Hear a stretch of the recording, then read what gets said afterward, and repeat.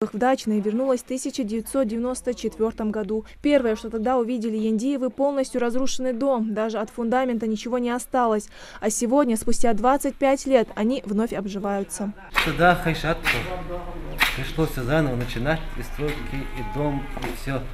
Вдова, которая потеряла мужа в самый разгар тех страшных событий, его сердце не выдержало. Мама и, наконец, бабушка, которая собрала всю семью вместе и заново воссоздала уют в своем доме. Сегодня Цееш Яндиева держит небольшое хозяйство, разводит кур и ухаживает за огородом. Почти все как тогда, 25 лет назад.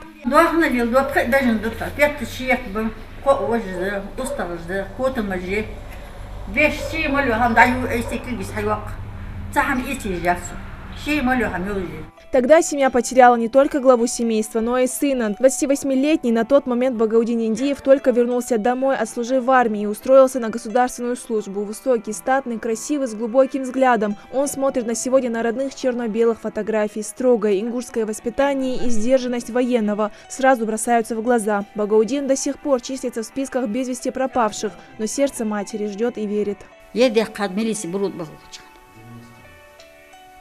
В 90-м году я чего видишься курсал, чего Бог дик вот честно сгуях что куидо чего не сей сариду что и на это что. Во время трагических событий 92 года Багаудин Яндиев, рискуя своей жизнью, сумел вывести из пригородного района десятки людей, как живых, так и погибших, и передать родным. Вернувшись в родное село в очередной раз, чтобы помочь остальным, Багаудина больше не видели. أتدي همدات أتدي نخبة برلات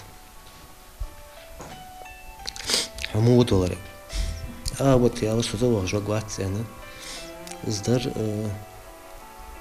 17 ноября درس 19 ноября далее хочу они сумбарги инват 25 лет, четверть века, что отделяет народ от тех трагических событий. Сегодня, когда все участники памятного мероприятия во дворе мемориала собрались в ожидании начала мероприятия, Цееш сразу одна направляется к могильному камню. Не хочет, чтобы другие видели, как она ухаживает за пустой могилой, ведь сын не привык к проявлению материнской ласки на публике.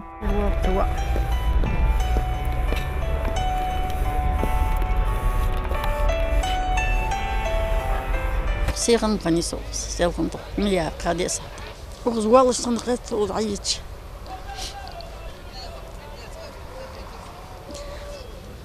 На мемориальном комплексе семья, как и каждый год, в полном сборе. Жить, не зная, что с твоим братом, жив он или мертв, эта неизвестность мучает, признается Адам. Но за все эти годы семья ни разу не теряла надежду на лучшее. Вот и сегодня, видя его имя среди пропавших, они уверены, что рано или поздно он снова постучится в родной дом.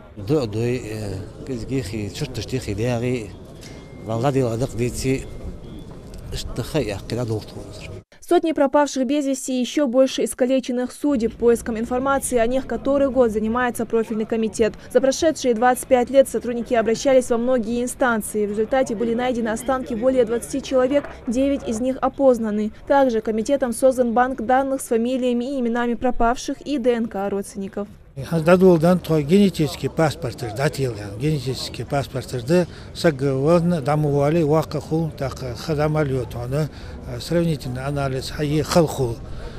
Уже генетический паспорт, датил дул дан 80 с лишним паспорт, дадан дан то уже вейхон пачав шин датица. Многие семьи, как и Яндиевы, начали жить заново, но есть и те, кто до сих пор не вернулся в свой отчий дом. Просто тяжело возвращаться туда, где все напоминает о былом и отзывается болью в груди. Интерман Киева, Адам Далаков, Новости 24.